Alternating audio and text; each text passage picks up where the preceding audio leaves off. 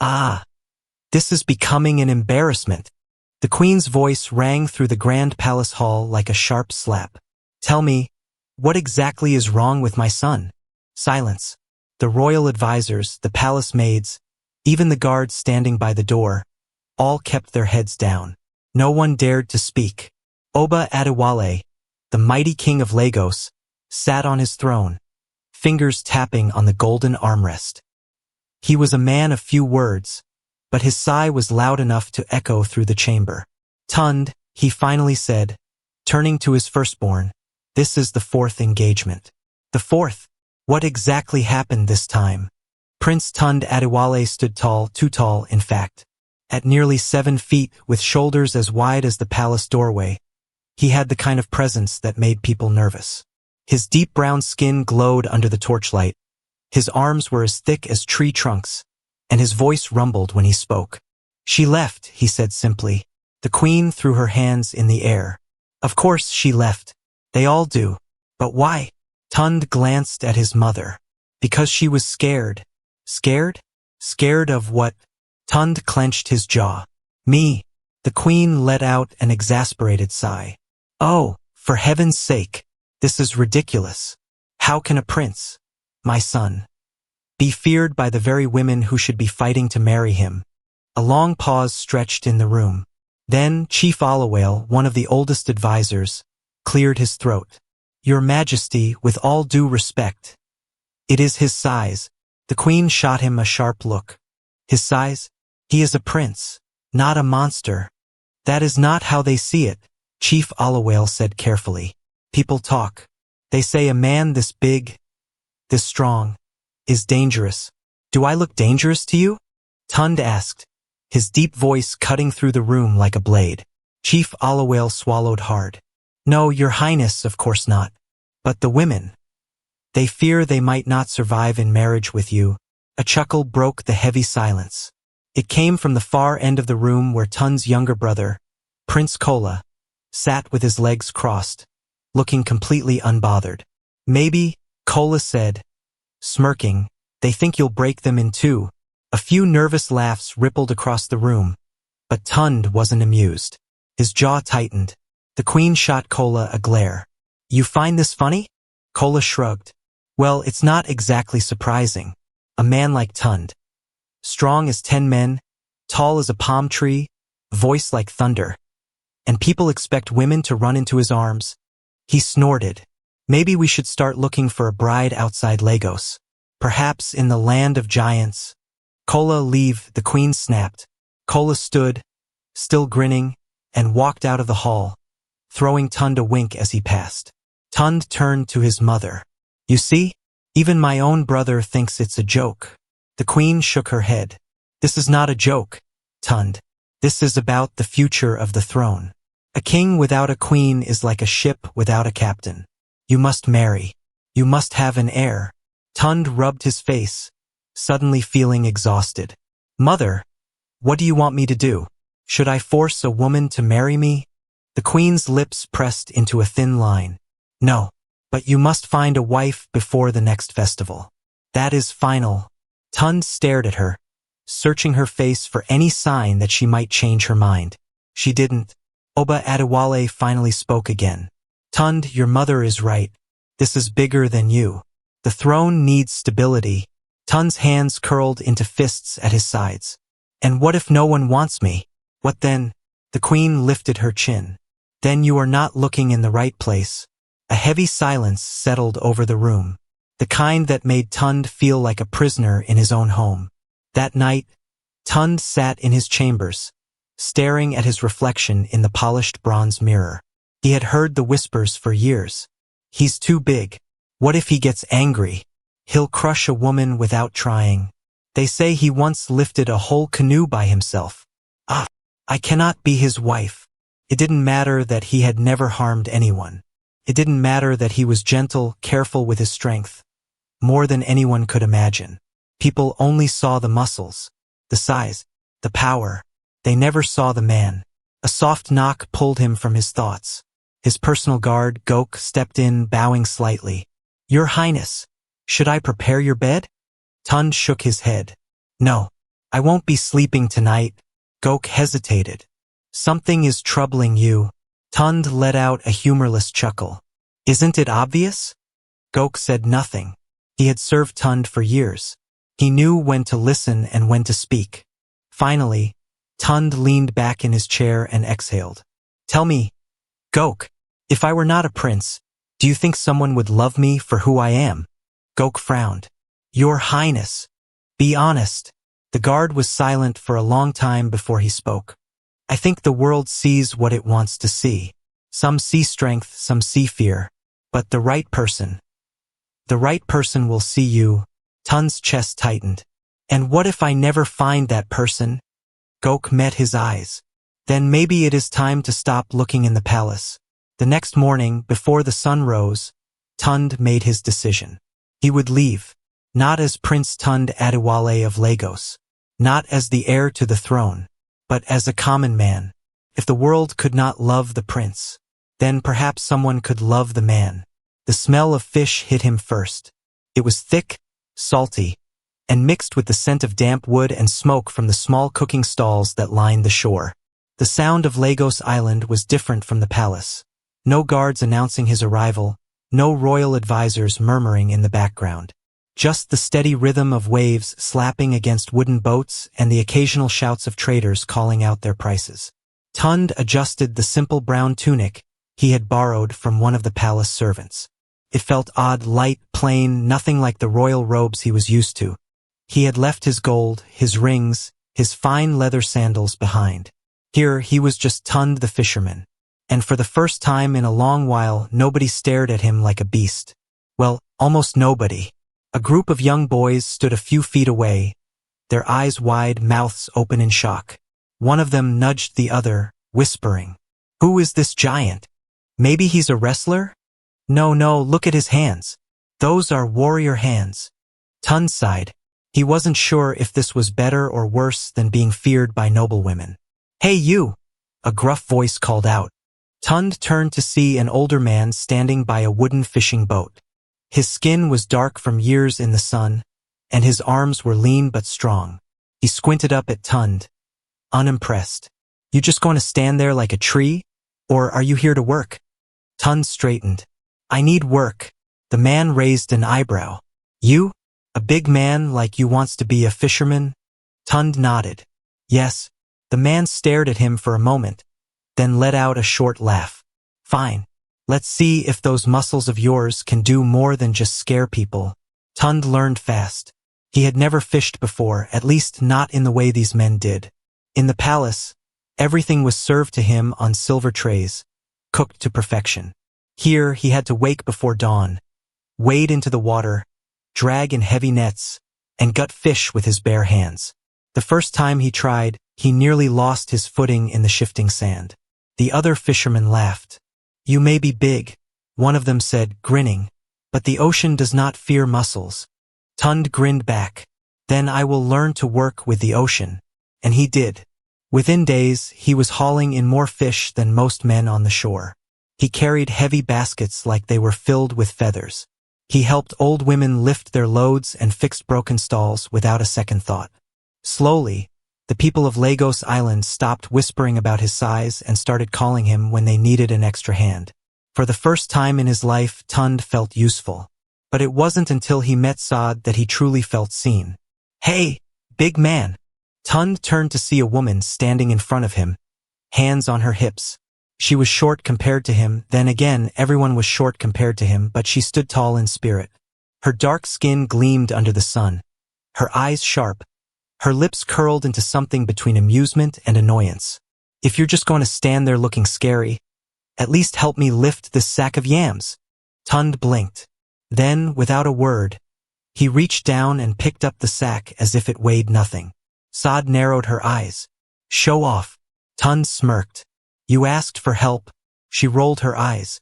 "I didn't ask you to carry it like you were lifting a feather. You trying to make the rest of us look weak." Tunde chuckled. "Would you rather I struggle?" "Yes," Sade said flatly. "Just a little. So I don't feel like a baby next to you." Tunde laughed.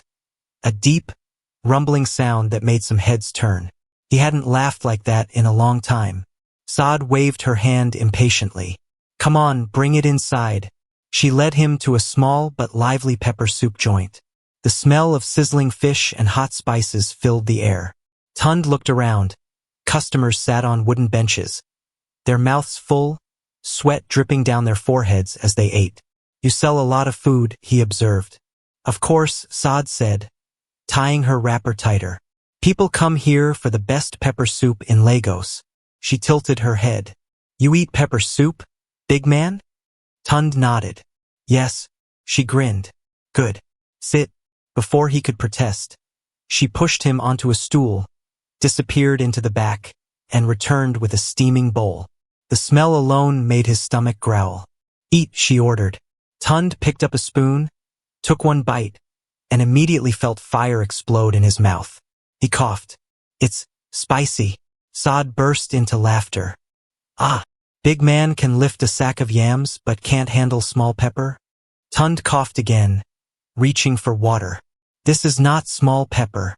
The customers nearby started laughing too. See his face, someone joked. Strong man, weak tongue, another added. Tunde wiped his brow, but he couldn't help but chuckle. He liked this. The teasing, the laughter, it was different from the whispers he was used to. Sade smirked. You'll get used to it. Keep eating. Tunde hesitated, then took another bite. It still burned, but this time he focused on the flavor. The rich broth, the tender fish, the warmth that spread through his body. It's good, he admitted. Sade beamed. Of course it's good. I made it. From that day on, Tunde found himself returning to Sade's shop more often. Not just for the food, but for her. Sade was different from anyone he had ever met. She didn't treat him like a prince, because she didn't know he was a prince. She didn't treat him like a monster, because she wasn't afraid of him. She bossed him around, made him carry heavy sacks without asking twice, and teased him whenever she had the chance. You're too big to be a fisherman, she told him one evening. Are you sure you're not some runaway wrestler? Tunde smirked. And if I was? Then you better use those muscles to knead dough in my kitchen. Tunde laughed. I don't know how to cook. Sade raised an eyebrow. You don't? What kind of man doesn't know how to cook? A prince, Tunde almost said. But he caught himself. Instead, he shrugged. The kind who was never taught. Sade rolled her eyes. Useless muscles. Tunde grinned. But they help you carry your sacks of yams, don't they? Sade clicked her tongue. Fair point. And just like that, she was back to stirring her pot, as if he was just another ordinary man. Not a prince, not a giant, not a man the world feared. Tunde didn't know it yet, but in that moment, he had found something far greater than work. He had found home. Tunde was carrying 2 heavy baskets of fish when he heard her voice. Hey, Big Tunde. He paused. Only one person in Lagos dared to call him that. Turning, he saw Sade standing outside her pepper soup joint, hands on her hips, her wrapper tied tightly around her waist. She was frowning, her sharp eyes locked on him like he had committed a crime. Tunde sighed. What did I do this time? Sade folded her arms. That's exactly what I want to know. Tunde frowned. What are you talking about? You've been avoiding my shop. Tunde shifted his weight. No, I haven't. Sade scoffed. Oh really? So why haven't I seen your big head in 2 days? Abi, is my pepper soup now too spicy for you? Tunde chuckled. I've been working. Sade narrowed her eyes. You work every day. But that never stopped you before. So what is it? You think I didn't notice? Tunde sighed. He had been avoiding her. Not because he wanted to, but because something was happening inside him. Something he didn't know how to handle. He liked her. A lot. More than he should. And that scared him. For years, every woman he met ran from him, rejected him, feared him. But Sade? She was different. She saw him. She talked to him like he was just another man. Not a giant. Not a prince. Not someone to be feared. And he didn't know what to do with that. Sade stepped closer, tilting her head. You're thinking too much, Big Tunde. I can see it all over your face. I do not think too much, he muttered. Sade smirked. Ah, so you admit it. Something is bothering you. Tunde exhaled. There was no escaping this woman. I've just been trying to stay busy. Sade rolled her eyes. Busy doing what? Carrying fish? Lifting boats? Carrying the entire ocean on your back? Tunde couldn't help but laugh. Something like that. Sade shook her head. You know, you're a strange man. Am I? Yes. You're big, but you move like you're afraid of your own shadow. You're strong, but you never use your strength unless you have to. And now, instead of coming to eat my delicious food, you're pretending to be too busy. She clicked her tongue. I don't believe you. Tunde smiled slightly. You don't have to believe me. Good, because I don't. Sade wiped her hands on her wrapper. Now you're gonna drop those fish, sit down and eat. Tunde hesitated. Sade. No, Sade me. You're acting like a lost puppy, and I don't like it. Now sit down. Tunde sighed. He had fought in wrestling matches, lifted canoes, even dragged in nets bigger than himself. But somehow, arguing with Sade felt harder than all of that. Without another word, he followed her inside. Sade's shop was noisy as usual. Customers filled the benches, slurping hot soup, their faces sweating but satisfied. The air smelled of smoked fish, hot pepper, and fresh herbs. Sade placed a bowl of pepper soup in front of Tunde and sat across from him, watching. You're not eating, she said.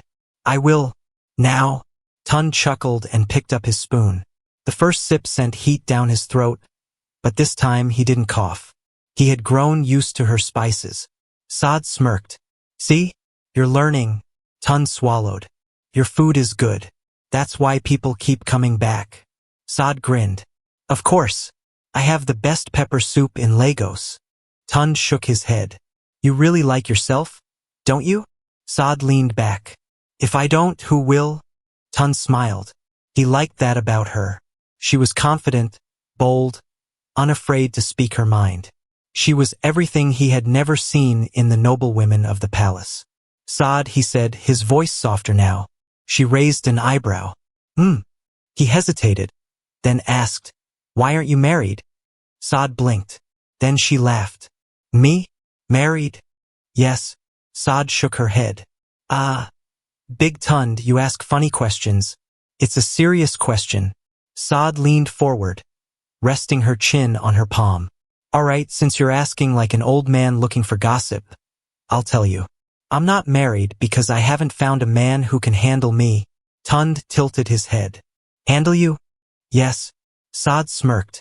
You see, most men want a woman who will bow her head, smile sweetly, and say yes, my lord, to everything they say. But me, I talk too much. I argue. I don't take nonsense. And that scares them. Tunde frowned. That is foolish. Sade shrugged. Maybe, but that's how it is. She pointed her spoon at him. What about you? Why aren't you married? Tunde's jaw tightened. You know why? Sade's playful expression faded. She sat back, studying him. Because people fear you. Yes. Sade was quiet for a moment, then said, That's their loss. Tunde looked at her. Do you fear me? Sade scoffed. If I feared you, would I be here bossing you around? Tunde chuckled. I suppose not. Sade leaned forward again. Listen, Big Tunde, people will always talk. They will always fear what they don't understand. That's their problem, not yours. Tunde stared at her. You don't talk like other women. Sade grinned. And you don't act like other men. They held each other's gaze for a moment, something unspoken passing between them. Then, just as quickly, Sade stood up. Now, enough talking. You eat, you work, and tomorrow you come back here. No excuses. Tunde smiled. Yes, ma'am. Sade smirked. Good. Now, finish your soup before it gets cold. Tunde watched as she walked away, her voice already rising as she scolded another customer for trying to sneak out without paying. He shook his head, smiling to himself. Sade was different, and for the first time in his life, he wasn't afraid of that. It started with laughter. Loud, drunken laughter that rang through the streets like the sound of a storm warning. Tunde was sitting at his usual corner in Sade's pepper soup joint, enjoying his meal while she bustled around, scolding customers and shouting orders at her workers. The night was lively, filled with chatter and the rich smell of smoked fish and hot spices. It was a normal evening, until the laughter turned into shouting. Then came the crashing sound of a wooden stool hitting the ground.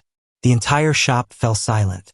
Tunde looked up just as a group of 4 men stumbled through the entrance, their eyes bloodshot, their steps unsteady. The smell of palm wine clung to them like sweat. One of them, a tall man with a scar across his cheek, kicked another stool aside and grinned. "Sade," he bellowed, his voice thick with drink. "Bring us some pepper soup, the strongest one you've got." Sade wiped her hands on her wrapper and folded her arms. "You have money?" The men laughed. "Money?" Scarface scoffed. "Ah, Sade, is that how you welcome your old friends?" "You are not my friend," Sade said flatly. "If you have money, sit down and eat. If you don't, leave." Scarface's smile faded. The other men shifted, their drunken amusement turning into something darker. "Ah, Sade," one of them slurred. "You've been acting too bold these days. Maybe you need someone to remind you how to speak to men properly." The words were light, but the meaning behind them was heavy. Tunde's grip tightened around his spoon. Sade didn't flinch. She took a step forward, her chin lifted. "You want to remind me?" she said, her voice sharp. "Then come. Let me remind you that I am not your mother, and I will not tolerate nonsense in my shop." The men laughed again, but this time it was not friendly. Scarface stepped closer.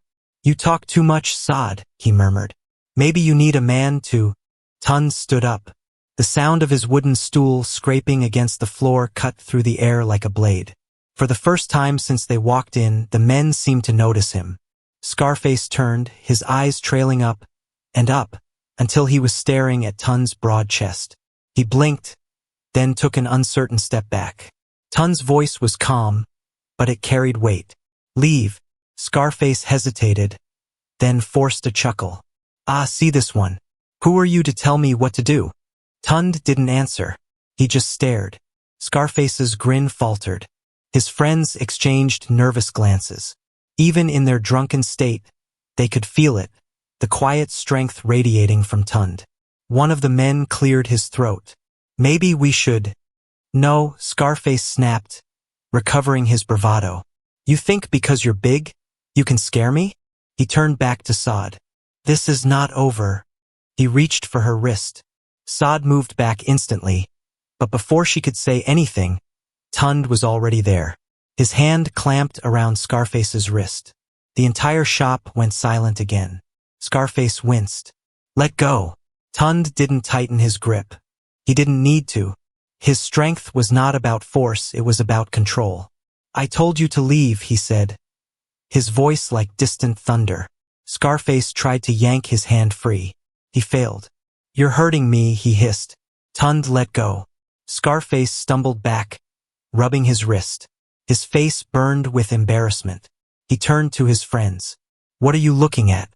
He thinks he's strong? Let's show him real strength." The other men hesitated, but Scarface had already thrown the first punch. It was a mistake. Tunde barely moved. He sidestepped the blow effortlessly, then placed a single hand on Scarface's chest and pushed. Scarface flew backward like a leaf caught in the wind, crashing into a table. The other men panicked. One grabbed a bottle and charged. Tunde caught his wrist in midair. With one flick of his hand, the bottle clattered to the ground. The man yelped, twisting away. The third man tried to tackle him from behind. Tunde stepped aside, and the man tumbled forward, landing flat on his face. By the time the fourth man took a step forward, he saw his friends groaning on the floor and decided against it. Scarface scrambled to his feet, his chest rising and falling in ragged breaths. His eyes flicked between Tunde and Sade, then he spat on the ground. "This isn't over," he muttered before turning and stumbling out of the shop. His men followed quickly. Silence. Tunde turned back to Sade. "Are you all right?" Sade stared at him. The rest of the shop stared too. No one spoke for a long time. Then a whisper. "Did you see how he threw that man? He didn't even use full strength. That kind of power. It's not normal." Tunde's stomach tightened. The whispers. The same whispers that had followed him all his life. Sade's expression was unreadable. You should go, she said finally. Tunde frowned. Sade, please. It wasn't anger in her voice. It wasn't fear either. But it was something.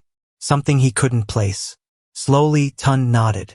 Without another word, he turned and walked away. The night air was cold.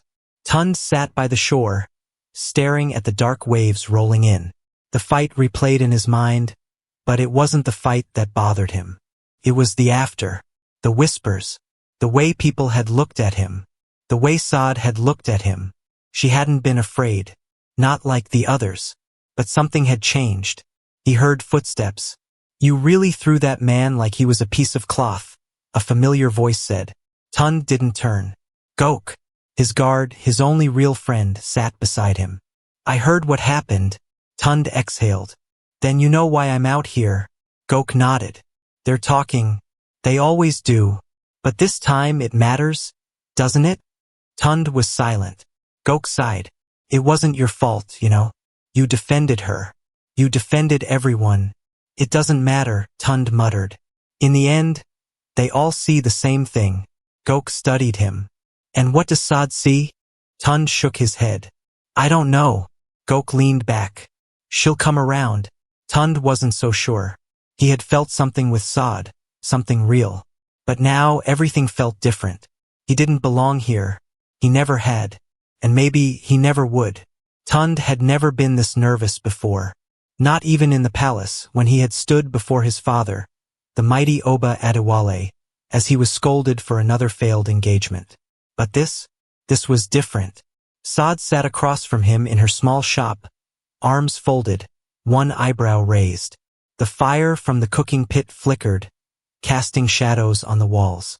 Outside, the market was alive with voices, the sound of traders calling out their goods, the laughter of children running between stalls. But inside, it was quiet, too quiet. Sade tapped her fingers on the table. You were going to leave without telling me the truth, weren't you? Tunde sighed. Sade, it's not. Don't lie. Tunde shut his mouth. Sade leaned forward. I know a nobleman when I see one, Tunde. You might be wearing a fisherman's tunic, but you walk like a man who is used to people bowing when he enters a room. Tunde swallowed. He should have known Sade wouldn't just let things go. She was too smart, too sharp. Sade. He hesitated. What do you want me to say? Sade tilted her head. The truth. Tunde exhaled. He looked around the shop, as if searching for a way out. There wasn't one. Finally, he met her eyes. I am the son of Oba Adewale, he said. The first son.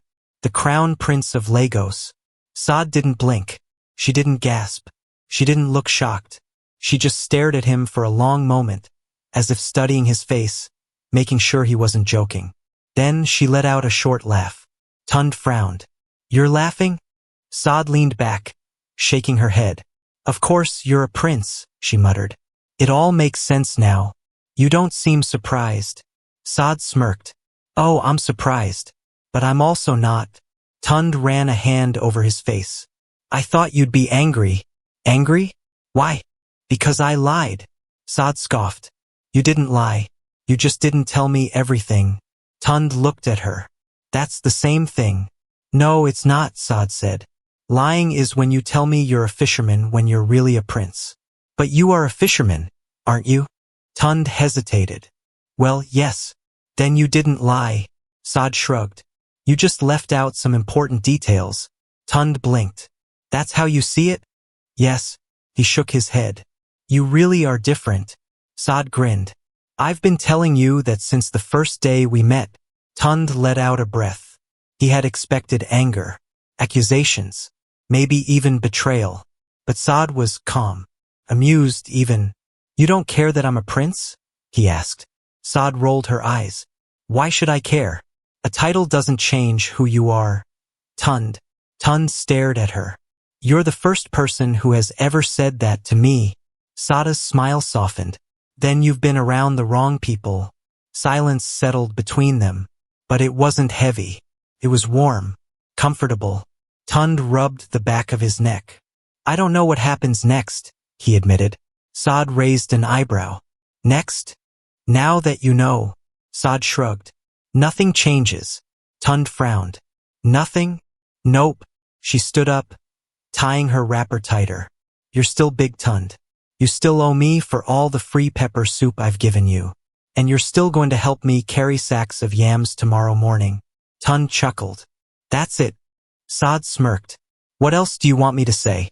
Oh, my prince. Forgive me for not bowing before you? Tunde laughed. Please don't. Sade leaned on the table. Good. Because I wasn't planning to. Tunde watched her, something warm settling in his chest. He had spent his whole life being treated like something he wasn't. Like a beast. Like a man whose strength made him dangerous. But Sade, she saw him. Just him. And for the first time in his life, he felt like that was enough. Sade, he said quietly.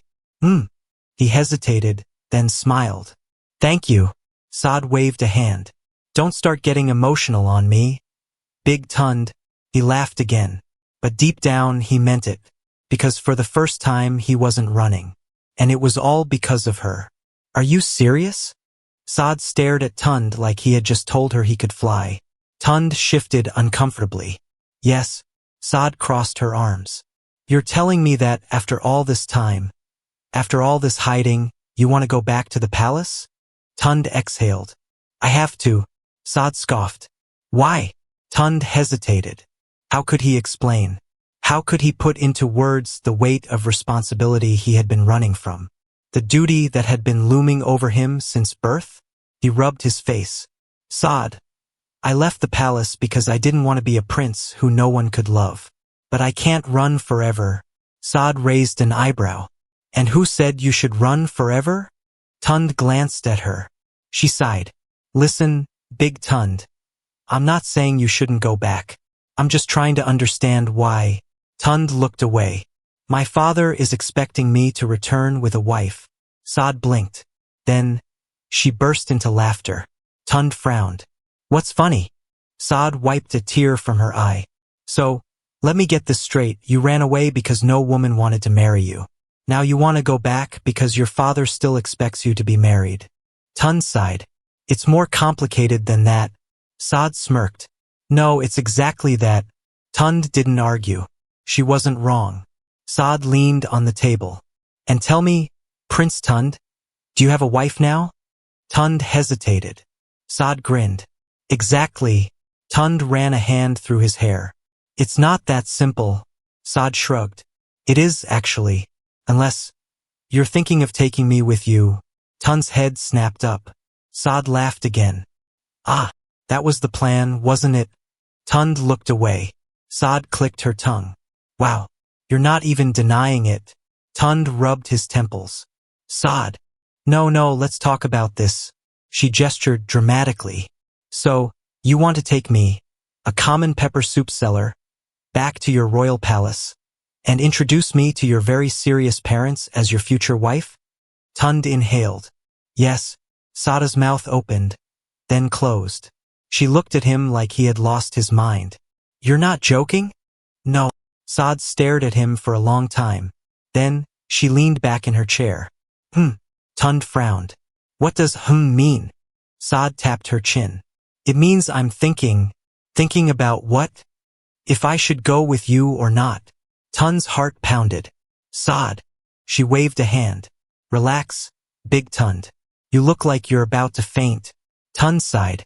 He felt like he was about to faint. Sade grinned. All right, I'll go. Tunde's eyes widened. You will? She nodded. Yes. Tunde blinked. He hadn't expected her to agree so easily. Why? Sade shrugged. Because I'm curious. I want to see this palace of yours. I want to see if your mother is really as scary as you say. Tunde groaned. Sade. Sade smirked. Oh, and also, I want to see the faces of all those nobles when they realize the prince they rejected is bringing me home instead. Tunde chuckled. You enjoy trouble too much. Sade grinned. And you need someone who does. Tunde shook his head. This is a bad idea. Sade's eyes twinkled. But you love it. He did. The palace was exactly as Tunde remembered. Tall golden gates. High walls decorated with royal carvings. Guards in crisp uniforms standing at attention. but something about it felt smaller.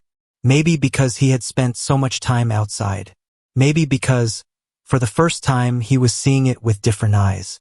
Not bad, Sade muttered as they walked through the gates. It's big, but I expected more gold. Tunde chuckled. There's enough inside. Sade nudged him. I hope your mother likes me. Tunde swallowed. About that, too late. A loud voice rang through the air. Prince Tunde. Tunde winced. He turned to see his mother, the queen, marching down the steps. She was dressed in deep blue, her head wrap towering above her like a crown. Her eyes, sharp as a hawk's, scanned him from head to toe. You finally return, she said, her voice clipped. Tunde bowed his head slightly. Mother. The queen's eyes flicked to Sade. And who is this? Sade smiled sweetly. Your Majesty, my name is Sade. The queen's gaze did not soften. And what is your purpose here? Sade didn't flinch. I came with Tunde. Silence. Then the queen raised an eyebrow. You brought her. Tunde cleared his throat. Yes. The queen folded her arms. And why would you do that? Tunde met her gaze. Because she is the woman I have chosen. The silence was deafening. Sade smirked. Your Majesty, your son is strong, but I'm stronger, and I'm here to stay. A slow, amused smile crept onto the queen's lips. She turned to Tunde. You have chosen a bold one. Tunde nodded. Yes. The queen studied Sade again. Then, she sighed. Very well. Come inside. As they followed her into the palace, Sade leaned toward Tunde. See? That wasn't so bad. Tunde exhaled. It's not over yet. Sade grinned. Good. I like a challenge. Tunde just shook his head. She really was impossible. And he wouldn't have it any other way. Tunde had faced many challenges in his life. He had lifted canoes, wrestled the strongest men in Lagos, and carried sacks of fish that would make lesser men crumble. But nothing had ever been as terrifying as standing in the palace hall with Sade, waiting for his mother's final decision. The queen sat on her golden throne, her face unreadable. The high-ranking chiefs sat beside her, their expressions carefully neutral. A row of noblewomen whispered among themselves, their eyes flicking to Sade, taking in her simple wrapper, the confident tilt of her chin, the way she stood without fear. It was clear what they were thinking. This common woman, does she even know how to curtsy properly? Is this the prince's choice? Ah, what an embarrassment. Tunde clenched his fists. He wanted to speak, to tell them all to be quiet, but he knew that would only make things worse. Sade, however, had no such hesitation. She turned to him and whispered, they talk too much. Tunde almost laughed. Of course she would say that. The queen cleared her throat, and the hall fell silent. So, she said, folding her hands in her lap, you are the woman my son has chosen. Sade met her gaze directly. Yes, your Majesty. A slow smirk tugged at the queen's lips. And you are not afraid? Sade shrugged. Afraid of what? Murmurs rippled through the crowd. No one spoke to the queen like that. The queen arched an eyebrow. Do you know what it means to be a prince's wife? The expectations? The responsibilities? Sade nodded. I know that it means I will have to stand beside him no matter what. I know that it means I will have to be strong. Not just for myself, but for him too. Tunde's chest tightened. The queen tilted her head. And you believe you are strong enough for that? Sade smirked. Your Majesty, I run a pepper soup joint in Lagos. I wake up before the sun. I deal with stubborn customers. I fight off thieves. I carry sacks of yams. And I make the best soup in the city. She paused, then added, your son is strong. But I am stronger. Silence. Then laughter. The queen chuckled, shaking her head. You are bold. I will give you that. Sade grinned. It's one of my best qualities. The queen exhaled, then turned to Tunde. And you? Tunde stood taller. She is the one I choose. The queen studied him for a long moment, then sighed. Very well. The hall erupted in murmurs again. Some in shock, some in disapproval. But no one dared to argue. Tunde blinked. Just like that, the queen shrugged. What do you expect me to say? You left this palace searching for a woman who would not fear you. And now, you bring me one who does not even fear me. She turned to Sade. If she is strong enough to challenge me, she is strong enough to stand beside you. Sade grinned. I like you, your majesty. The queen smirked. Don't push it. Tunde let out a breath he hadn't realized he was holding. It was done. Sade was accepted. She was his. The wedding was the grandest Lagos had ever seen. The streets were filled with dancers, drummers, and singers. Traders gave out free food, and children ran through the crowds with flowers in their hands. Tunde stood in the palace courtyard, dressed in the royal garments of a prince. Deep blue agbada, embroidered with gold, a coral bead crown resting on his head. He had never liked the weight of royal robes before, but today they felt right, because today he wasn't just a prince. He was a man who had found love. The palace doors opened, and Sade stepped out. The crowd gasped. She wore a deep red wrapper with gold patterns, her hair braided with beads, her wrists lined with ivory bangles. But it wasn't the clothes that made people stare. It was the way she carried herself. Head high, shoulders back. A woman who feared nothing. A woman who belonged by his side. As she walked towards him, Tunde couldn't stop himself from smiling. You look strong, Sade interrupted, smirking. Tunde chuckled. Beautiful. Sade blinked, then cleared her throat. Well, you don't look so bad yourself, Big Tunde. The priest stepped forward. Are you ready? Tunde met Sade's eyes. I've been ready for a long time. Sade smiled. Then let's do this.